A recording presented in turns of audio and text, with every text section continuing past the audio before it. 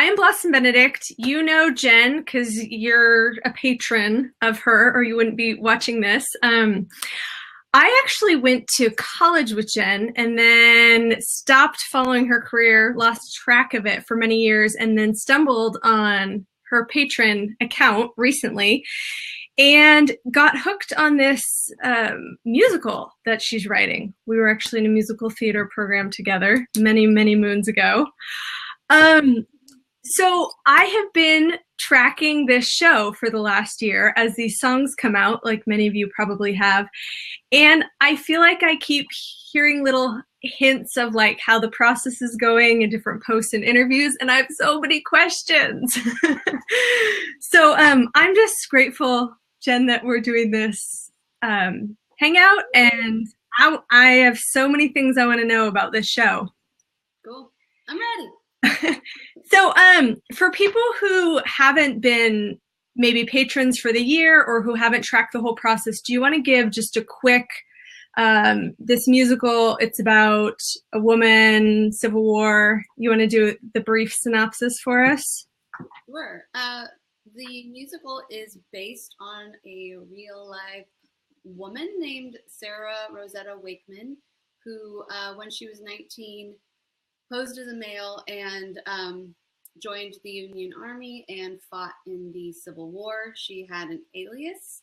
Her name was, she posed as Lyons Wakeman. And the musical is based on all of the letters that she sent home to her parents during the Civil War. And the letters were not known about publicly or published until about 20 years ago. When I think, like a grandson of somebody in her family found them in the attic and kind of realized, wow, these have been kind of swept under the rug, and I think they'd be interesting to share. So they're published in a book called An Uncommon Soldier, and so I'm writing a musical based on those letters. So one of your early posts about this, you mentioned that Jasper, who is one of the producers, you had always wanted to write a musical, and he contacted you with an interesting idea. So was this his idea? Like what was the birthing of this idea? Totally his idea. So Jasper Grant has a company called B-Side Productions, or B-Side Theatricals, I think, that's actually in transition right now, which we'll probably get to later, just because of how musical theater is, how you make a business out of it. So he had a company called B-Side Theatricals, and I think somebody gave this book to him and said, I think this would be a great idea for a musical. And then he read it and said, I think you're right. And at that point, his production company was just starting to think about producing new works. They had been focused on already existing works. And so the truth of the matter is, I think he read it and he really wanted an Americana musician. He definitely wanted a musician as opposed to a musical theater composer.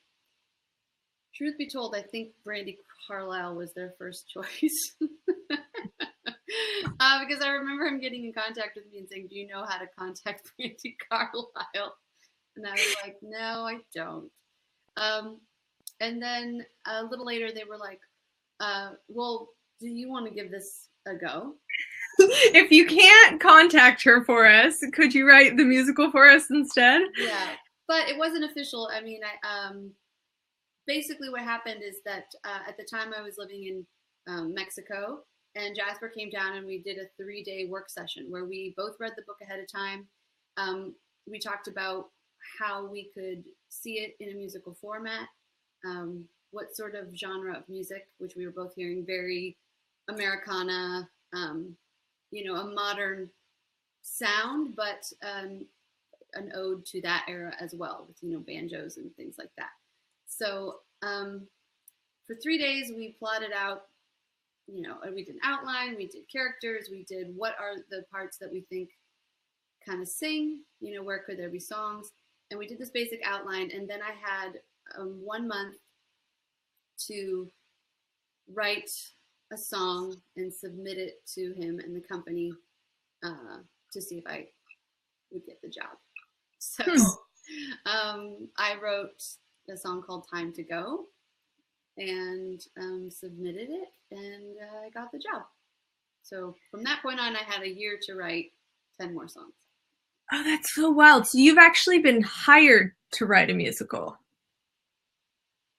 Yeah. Yeah. So That is. I got a small commission, which was amazing. Mhm. And that plus the Patreon support that I got was enough for me to take time off and pretty much just focus on this and Yeah. another album. So will they own the show then? Or do you co-own the show, or how does that work? In the contract that I got, it's like they own the right to produce it. So Okay. I own the songs, but they want like first right of refusal to put it up. Right. Um, so then fast forward and the next little hint, we're like, and now we have two producers and we have a director. So like, so I'm going to start, I have a lot of artistic questions too, but first I want to track, like, what is this process of a musical being born? Right. So so B-Side Theatricals has a co-creative producer, and his name is Billy Bustamante. And he, now that the company is in transition, he is taking on the new role of director, which is what he really wanted to be from the get-go. So, so Jasper is the creative producer. Billy is the director of the piece. So he's the person that I talk about the details with, and where I need to go with the songs, and the number of characters and the number of orchestra members, and what the tone is and all of that stuff. And then we have a manager, and her name is Lisa Guzman, and she is a company manager for big theatrical productions, but in ours, she's just kind of managing the piece. So she's the one that's like, next we're doing this, next we're doing this. You know, we're hiring a book writer, we're talking to executive producers, I think right now they're looking at actresses to do the demos, so that they can hear somebody besides my voice on some of these things. And that is one question I had. Like, I know all your patrons are like, I can't hear any of these songs in anyone else's voice. Is there any part of your old music? Yeah, your mom, who's darling. But is there any part of your musical theater performer that wants to play this role, or is this about getting a big name? Like, I think for them, it's definitely about getting a big name attached. That always helps. It's somebody that with recognition is involved in the workshops. Um, the For me, I think in my head it's so embedded that it's a 19-year-old that I'm not like, I'm perfect for the part. You know, it's not like Waitress with Sarah Bareilles where you're like, oh yeah, you totally could have, like, I knew from the beginning you should have been playing this part. You know. Yeah. I really want I want it to be like Spring Awakening, where it's really a young person, because I think that adds to how dramatic these circumstances are. Right. But there are two other potential female characters that aren't. Everything is, seems like it's in flux right now because the book is not yet written. So it's really more of a concept album. So there was one song that I'm like, well, I'm the right age. I could play that part. It was song number 6, I think, where she meets another female soldier who is posing as a male to follow her husband into the war. And I'm like, well, I could potentially play that part. I'm age appropriate or whatnot. But I don't know. I really enjoy singing the demos, but I'm not like, I really hope that I get to be in this. And that's the one song that the producers so far, that's the kind of the only one that's kind of gotten the like, hey, we're not sure if that's where it's going to go, Oh, interesting. Yeah. But I'm like, my mom liked it. So Lauren just wrote in asking, when you share the songs with us on Patreon, have they already been approved by the team? No. I mean, full disclosure, it's like if in order for me to survive right now, just as an artist, I have to publish a song on Patreon or I can't pay my bills. So I scramble and I get that song published, and so you, the patrons, are totally supporting getting this done. And then if the producers don't like it, then it's kind of after the fact. And they know about Patreon and that it's really supporting this process, so they don't mind. I'm not making them down. You can't download them. They're just streamable. So the answer to the question is they have not been approved by the team, and that's why it's funny that I just went to New York, like I think it was 3 weeks ago. We went through and went through like 8 of the songs, and seemingly 7 of the 8 were like big green goes. Although they keep saying like be prepared to write 3 songs for every moment, because it's just so rare that the first draft actually makes the production. Although they're pretty freaking excited about the song so far, so they think we'll probably have a better batting average than most first-time composers out the gate. So once they said to you, okay, we think you spend 3 days with him, they say write us a song in a month. This is your first musical. I feel like what we see on Patreon is this very confident, like you keep churning out these really fabulous songs and they're all very different. And has this been an easy process? Did you just go, oh, sure, I'll be able to write a musical? No, it's so hard. It's so hard. I think it's the hardest thing I've ever done. It's so hard. And I know everybody has their own process, but as soon as I started, I was researching as much about the process as I could, trying to listen to interviews from other composers about how they went about it. And it seems like, somebody like Duncan Sheik or whatnot, Spring Awakening took him like, I don't know, 10 years to write. That seems about more my pace, except that I have this Patreon and this contract with this company to do 1 song a month. Wow. Thank God, because it really does keep me focused. Yeah. But it takes me the full month. I mean, it's I read other interviews too. I think Hamilton, it was like, took Lin-Manuel Miranda like, I don't know, 5 to 8 years to do half of the musical, and then the other half he did in like a couple months. Yeah. And I'm just like, oh, that's not me. Or who else? Oh, another gal that just did a musical off Broadway was talking about how the songs just came so quickly to her. Yeah. I think Cyndi Lauper did Kinky Boots in a year, and I'm just like, but Cyndi Lauper, I think she was the type of person that she was able to kind of come up with a melody and sing it into a recorder, and somebody else kind of wrote the music around it. Right.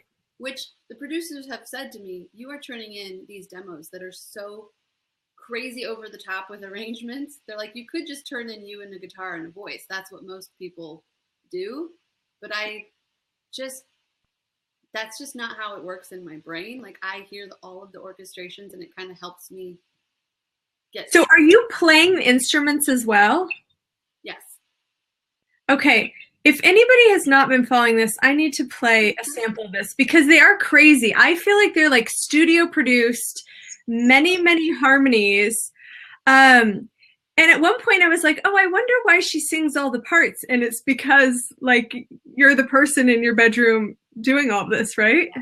Well, not my bedroom. I have this is my little room, my little studio in Nashville. Mm-hmm. There's my little microphone. Nice. And yeah, this is my hole. This is where I go. I got dressed for this interview. Usually I wear a robe. And I beat my head against a wall for days on end, basically. I'm not... here we go. Okay. I'm just going to play like a few moments of this for anyone who's not following this. Because when she means like, oh yeah, I kind of go over the top on my demos. I want to know how many... When I get home, wait. Oh, this is the wrong. That's a good one though. I programmed every note of a banjo because I can't play the banjo, so I made a electronic banjo. Okay.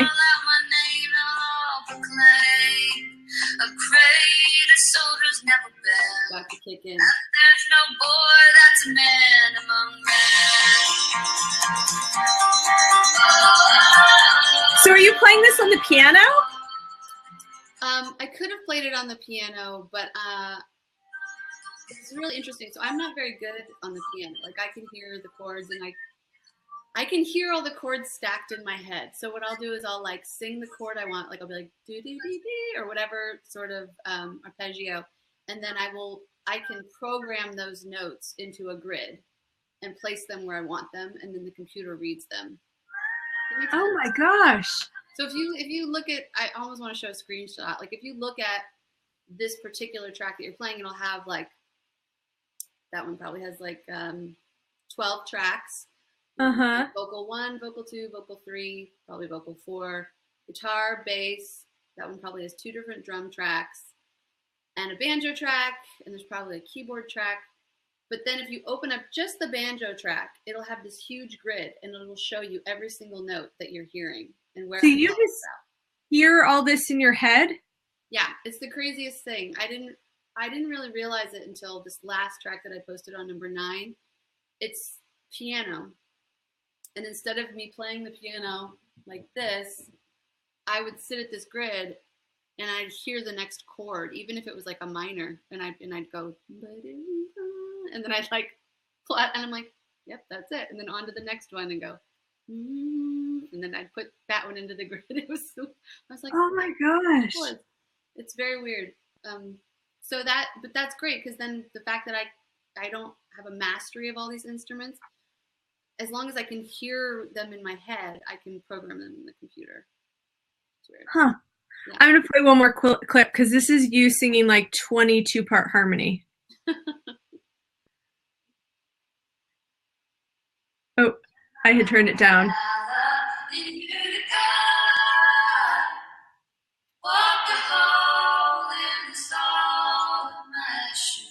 You're like a whole choir.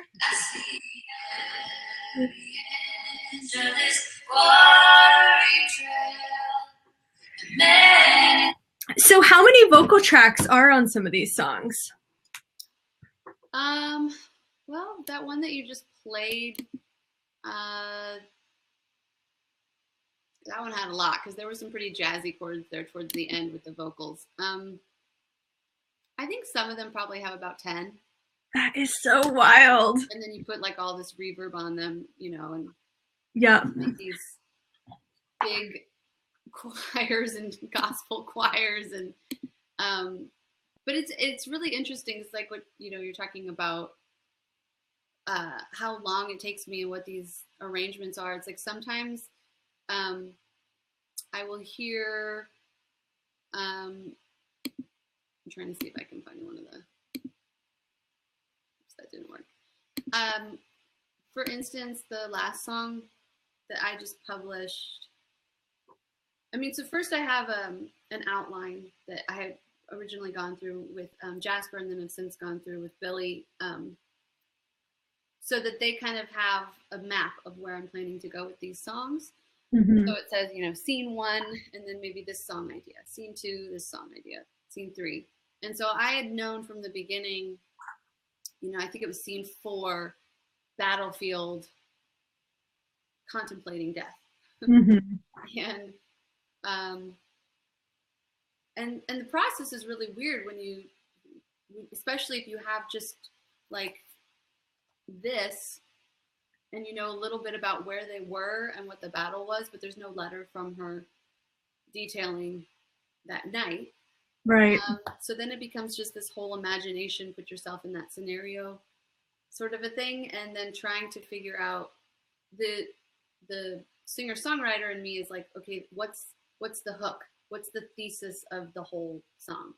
Mm-hmm. So then I'll come up with like a title, and I will present that to them, and they'll say, yeah, that sounds good. And then I will sit there and I'll write out a whole bunch of lyrics. I think for this particular one, I wrote, 12 pages of just kind of like brain barf lyrics, trying to put myself in that scenario of like what you would be thinking if you were possibly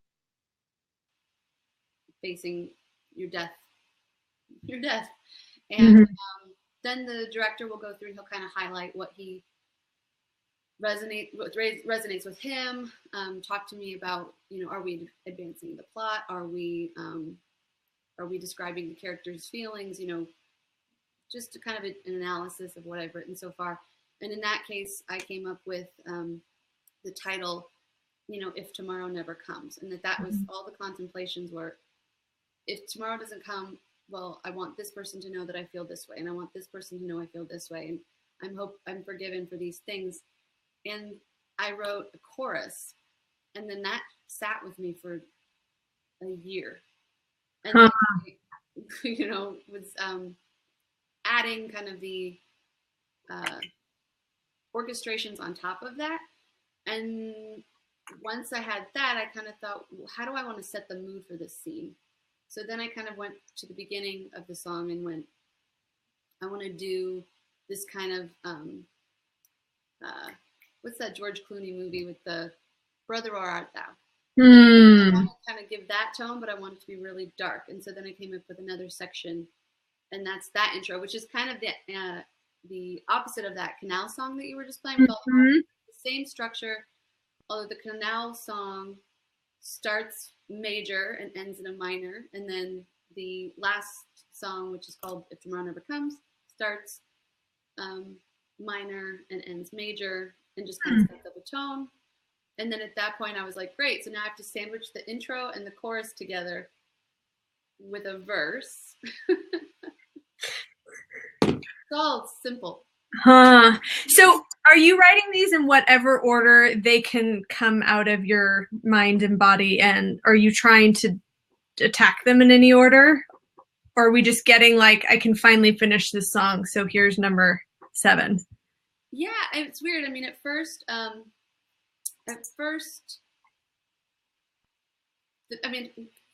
starting at the very top, it was like I had gone through with Jasper, and he had said, here's, he said time to go. He was very interested about the idea that this girl had the guts to put on this male persona and clothing and leave home.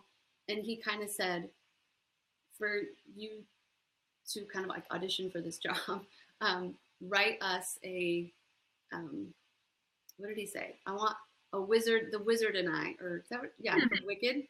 I want a wizard and I type song, but it's about leaving home and facing the world. And so it was just like, there's your assignment, go do it. So I did it, and that one was awesome. It was kind of like a gift where that one just kind of came to me at one point, and I just started writing down like one of those wonderful divine moments where you're just, it kind of channels through you and you're just like, great, thank you, here it is. And after that, it was kind of like I would look at the outline and each song would just kind of step forward and be like, I'm the one you're going to work on now. And then there would be other times where little, like a piece of one like that one I was just mentioning kind of came to me, but then it was like, I knew that I couldn't write that last song until I had much more of the musical conceived, because it's such a kind of big finale type song. Right. But yeah, so I don't know, they all kind of just like, there was no real order. It was like they all kind of step forward, or I'll sit and stare at them and see which one's kind of. I love, in one of your posts about song number 4, which is that lullaby, you had shared like, I've been banging my head against the wall for like weeks, and then it just came. So I'm curious about that part too, when something opens up. Like, how would you describe what happens through you? It's, thank God for it. It's weird. So that one was funny because they were like, okay, so this song should be a lullaby. Go. And I'm like, about anything. And I was just like, oh my God, I don't know how to write a lullaby from the 1800s that could also sound contemporary and have no subject matter. Which is, it's really hard. Like sometimes they're like, write a song about shame, write a song about this, and they kind of are thinking, the production theme is thinking very big and just conceptually, and I don't know, I get really bogged down in the details, and I'm trying to make it as true to this as possible. And in that case, I don't even remember what I was brainstorming in terms of the subject, but I must have been just like maybe it'll be about saying your prayers at the end of the night, or maybe it'll be about missing someone, or maybe it'll be about your mom, or it's just kind of all these random things. And then I don't, maybe it was, I was up actually traveling in upstate New York, and I was like, it sounds so silly, but I was like, bird migration. Bird migration as a metaphor for this girl who is going to leave home for what she thinks is just the winter. Mm-hmm. I was like, oh, are there birds from that area that maybe they could have had this childhood song that they sang about these birds, but it really represents the character leaving for just a season. Mm. And then I had all these different melodies in my head, and I just didn't think any of them were kind of good enough, or they weren't sticking. And then all of a sudden it was another divine thing where I just realized that two of them fit together perfectly, and I was like, oh, that's what they needed. But this is after probably 3 weeks, every single day of just coming into this space and showing up and putting on my headphones and trying something, recording it. This is the song. So keep warm in winter, and lo, the sun shall bring my weary heart home again, back where I belong. Soaring in the northern skies, I will sing my song. This is actually one of my favorite songs, and I just think it's so sweet and beautiful.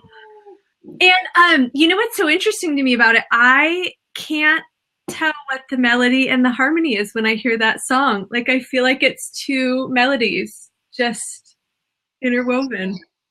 Yeah, I don't think one is really the melody and one's the harmony. Yeah.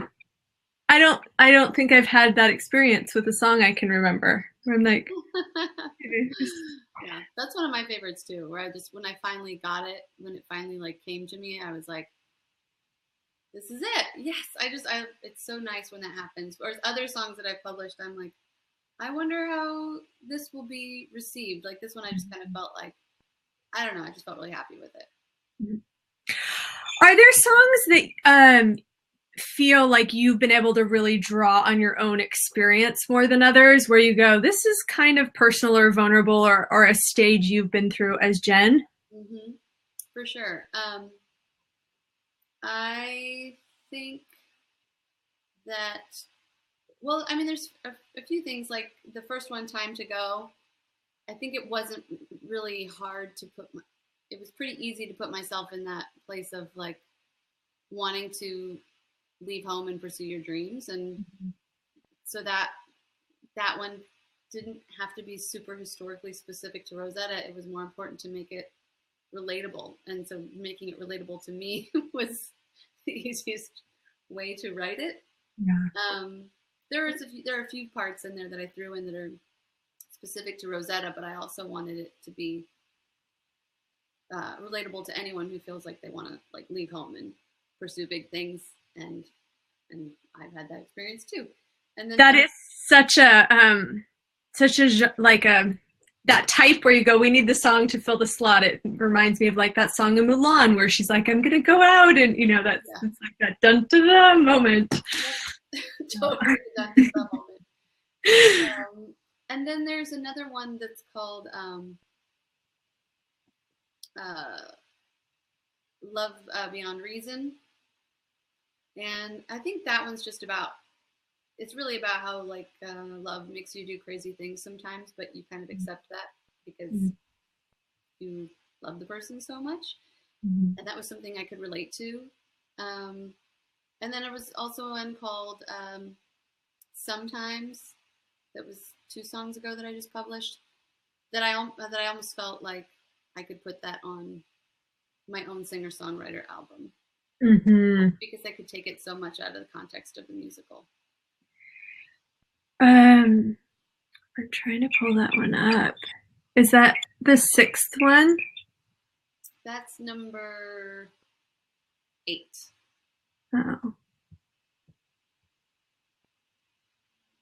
Oh, that's the one you said, this is about compartmentalization. Yeah, some of those lyrics were so good. Um, is there a lyric that is in two songs? Yeah, there should be. Maybe so. No, I just caught it today and I was like, I think that's been in another song, like a reflection back to it. Yeah, so one of my assignments from the production team was that this last song that I published, If Tomorrow Never Comes, which to answer Lauren's question about the famous Garth Brooks song, which I've never heard before, Yeah. I don't think that's a problem. I mean, that'll come down to how it's registered with the songwriting entities, but I think there are a lot of songs that have the same title these days. That's what I think too. Same with book titles. Actually, I could write a book called Gone with the Wind, which maybe wouldn't be in my best interest, but or maybe it would be great for marketing. Who knows? But so yeah, so with this last song, the producers said we want to make sure that you, because I haven't written any reprises yet. Mm-hmm. Some of these should kind of be motifs that follow certain characters throughout the production. But I hadn't written any of that yet. So the director, actually, Billy, posed the challenge of like, can you incorporate one of the other songs and fit it into this last one that you're working on? Mm-hmm. And I was in New York at the time, and this was another one where I just had pages and pages and pages of lyrics that needed to be edited down. And I think I just kind of heard it in my head, it coming in this round. So there's a song called, I think it's called When I Get Home. Mm-hmm. It's about Rosetta and two other soldiers, and they're singing about how they're going to be heroes when they get home. And so I took the lyric, I'm coming home a hero, that's repeated in that song.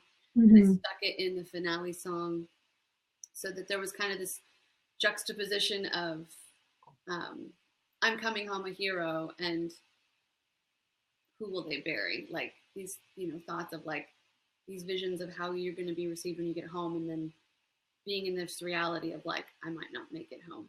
Mm-hmm. On top of Glory, Glory, Hallelujah, the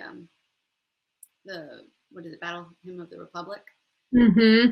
So just kind of incorporated all of those because I wanted to kind of bring in this first act song where they have all of this youthful, like, I'm going to be this big soldier, and have it be incorporated into them all thinking about the fact that they could die.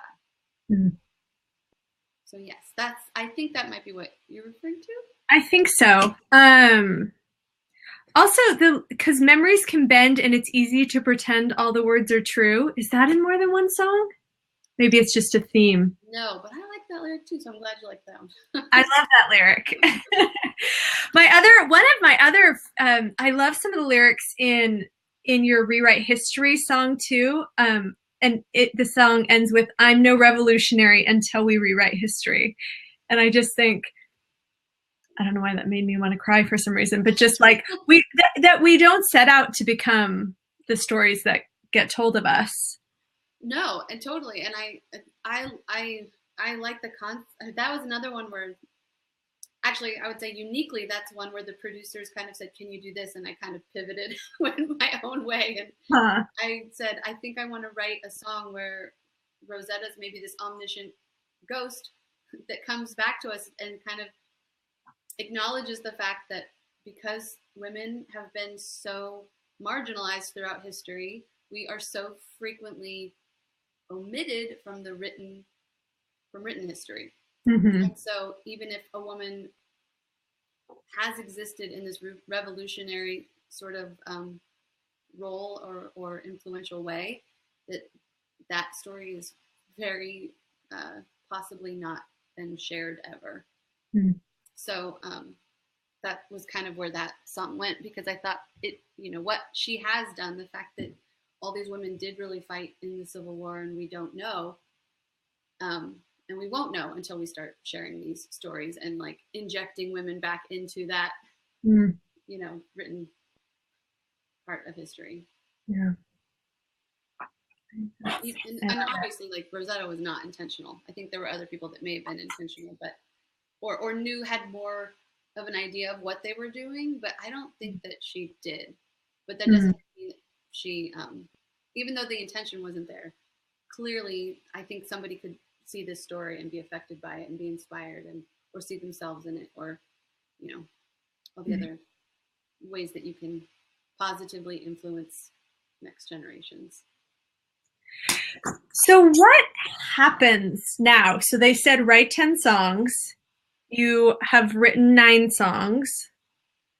So when you write 10 songs, like, what do they want to happen with his show? What do you like? What's the plan?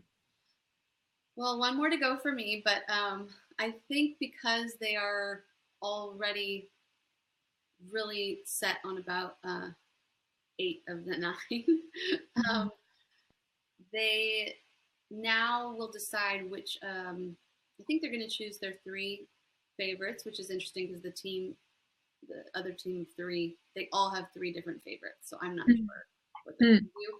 But now they pitch those to hire the book writer, and then I start working with the book writer to see how much these songs will fit into the end story that we come up with, or we're going to have to write new songs, or whatnot. But now the dialogue has to be written, and also somebody who's deciding, do we have enough of a conflict here? Do we need to change some of the aspects of the story or whatnot? I think they are going to start making new demos with some actual actors and some males. Right now it's all females. Additional actors. Yeah. But male actors, and so it's not like the Jenn show. Yeah. And then they go to commercial producers and figure out what the next steps are in getting this show out to the public. So usually the next step is a reading. But before you can even do a reading, if you're going to have union people involved and the whole 9 yards, you need to have it properly funded. Right. So that's something that the production company is going to attempt to do, get funded, get producers. So I feel like you're in a really unique position with this show, where somebody actually came to you with it rather than you being like, I want to write a show. How do I do this? It's really kind of nice to hear you have so much support around that. Yeah, I agree. I totally think it's a very nice position to be in. I think if it was me trying to write it and push to get it done, that would be a lot on one person. And then I feel like most of my soundtracks growing up, though, had a lot more than 10. Do most musicals have, like 18 songs in them? Yeah. So there will be, once there's a book, then they'll figure out what holes are left and give those back to you? Yeah. Or say rewrite the ones that you have written, Yeah. Depending on what needs to be said, or if the characters change, or I don't know. They said be ready. You had mentioned Lin-Manuel Miranda, and I had read the book of just sort of the making of Hamilton, and that was a fascinating. There's like emails in that book back and forth with like Stephen Sondheim, where he's asking questions about lyrics, or where he's going like, he had no idea what to do with the show, or is it a musical? Is it a concept album? Is it, so sort of just like writing from a tiny idea. This is so interesting and different that you have a team that has ideas and opinions and are sort of being given assignments. Yeah. Yes, it is. I mean, I will say, like, at first I felt like, that's my dad. I'm louder than you. I'm going to move away from my computer a little bit. Let's see. Thanks, Sam. Thanks, Dad.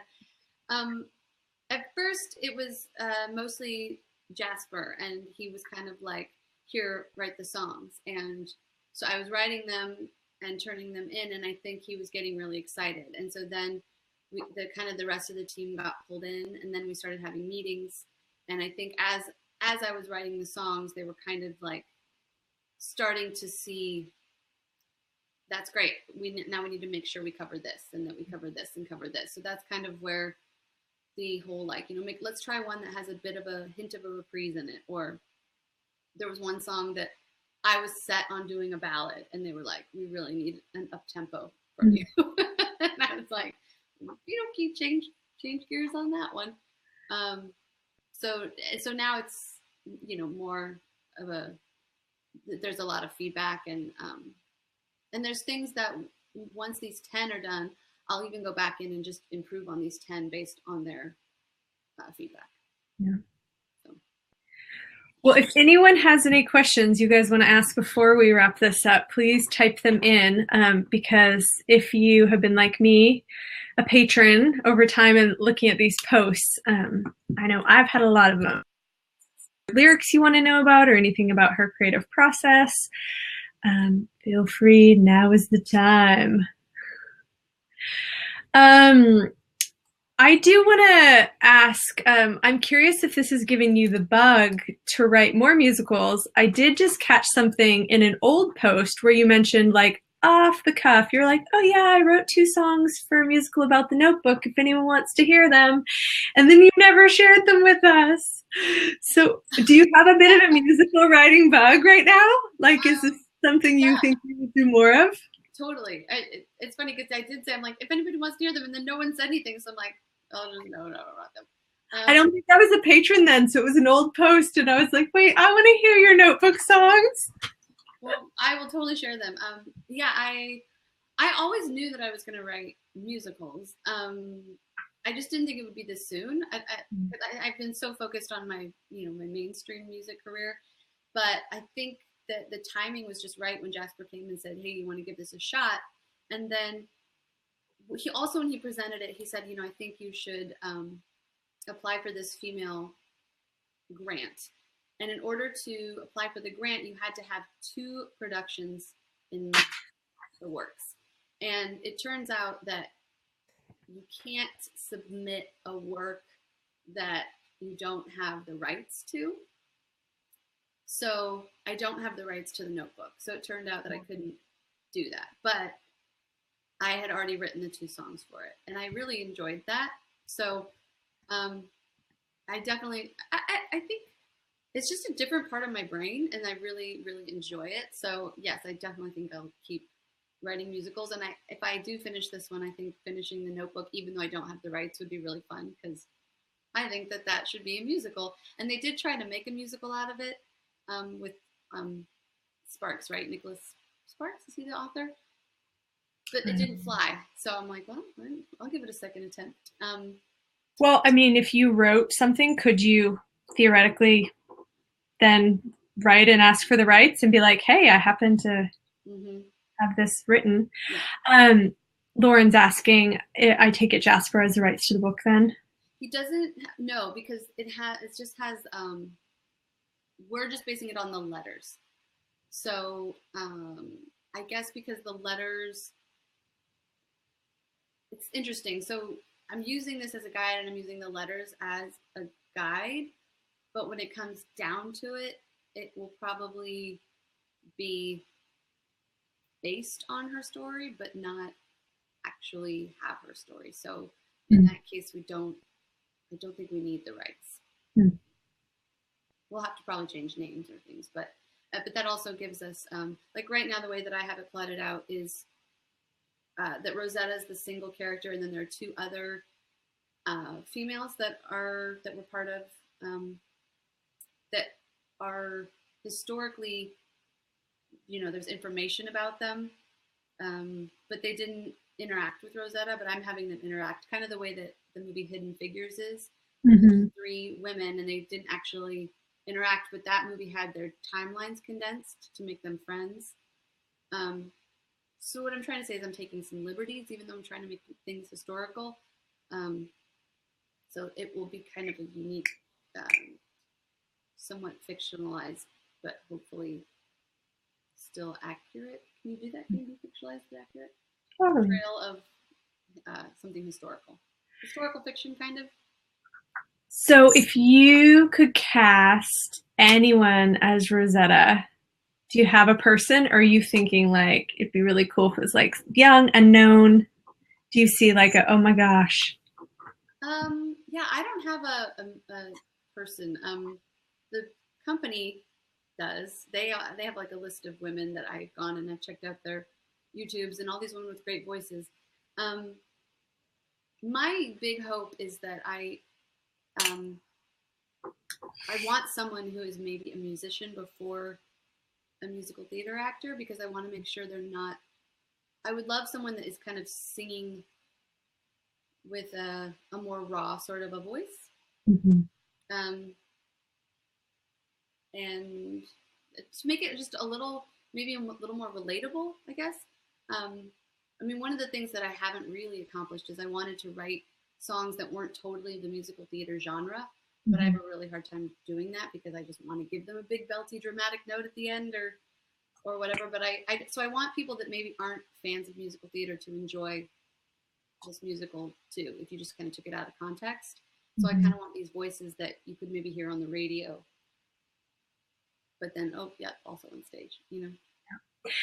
You know what's funny is the last show that I saw you perform in was Floyd Collins, Oh yeah. which has sort of whisper. I feel like I hear whispers of that in this show. Totally. I mean, that's Adam Guttell, right? Mm-hmm. Um, And it was very folksy. And yeah. now I'm like, I want to be a lot quieter. Sorry, guys. I think he composed that on guitar, and yeah, I agree. I think that genre-wise, they're pretty similar because it's got a somewhat contemporary sound, but there's a lot of throwbacks to that era and kind of Americana and folk, and um, yeah, I agree. I don't know if he influenced it consciously, but I certainly see the relation for sure. Yeah, I don't know. Anyway, it was phenomenal, and it's such a cool style for you. So it's just fun to hear you writing in that too. Yeah, I definitely like writing in this style. Is there anything else you would just like to tell people about this show, about your process, about Listen with headphones. Yeah, you say that on some posts. Why do you say that? Because they're demos and the mixing and mastering isn't happening. So a lot of times the low end, which is like the bass and the drums and the things that I think add so much to the dynamic of each piece, gets lost in laptop and cell phone speakers. They don't tend to; those frequencies are usually kind of cut out or muted way low. So when I hear them played back on the computer, or hear them on my phone, they're not the way that I'm intending them to be heard, which is with, the full dynamics, every frequency coming through. Right. I mean, there's even some vocal parts that have been lost when I've heard them on the phone because I'm like, that frequency just either wasn't turned up enough or got lost or whatnot. So yeah, so that's why I'm like, please listen on headphones. Best case, when will this be available for the public to see? Well, I really think that they are hoping to get, so I think you go readings, workshops, production. So readings and workshops are obviously like to work out the kinks, to get other investors involved, stuff like that. And I think they would like to do readings next year, and then hopefully the end of the year do some workshops. And I think if we could get some sort of production in 2020, like January, everyone would be thrilled. That is so cool. Have you heard numbers, like what kind of numbers, what it takes to actually produce a musical like this? God, I don't want to speak wrong, but I feel like one time they told me that, just a reading is like $20,000 or something like that, because you have to pay the actors a union rate, and you have to pay for the stage managers, and stuff like that. And then I don't know how much it costs. I know, they've asked me like, how big do you want your cast and how many people do you want in the orchestra and stuff like that, because they do have to start thinking about budgeting. And what kind, is this like a very bare bones type of a production? Like, can you see it in a black box sort of thing? But they said something along the lines of that if you are going to have a whole bunch of executive producers, I think that people buy in at something like $50,000 a person, like the minimum buy-in. Huh. So I think it's millions of dollars. Yeah. Interesting. I think it would be really fun to do this again sometime later down the road and talk more about like what that process is like, or getting on its feet, or getting investors or whatever. I just I would love to follow this. So I hope you'll just keep us in the loop on some of these fun details. Yeah, I will. I mean, I will, because I'll turn in this next song and then the commission part will be done. But there will probably be at least 10 more songs, if not more. Yeah. So I'll keep everyone posted, and maybe we can stream readings and stuff like that on Patreon, because I could not have taken the time to focus on this if I didn't have Patreon as a platform. So it's a miracle. That's really cool, and really cool that your producers are open to honoring that and letting that be a part of this whole thing. So. Well, good. Thank you so much for taking the time to do this. Every time you send a post, I'm like, but I want to know more. So I feel like this really let us all into sort of a little tiny bit of your process, and I'm very, very grateful. So closing music. I know we should have played When I Get Home. Yeah. So thanks for everyone who tuned in, and they won't see this if they're not a Patreon, so I can't even give you a plug. I'm always wanting to give you a plug. Like, become a patron. This lady is so lovely to follow and watch you create. And anyway, I'm just enjoying it. So cool. Thank you. Thanks for everybody. Thanks, everyone. Being a part. Bye.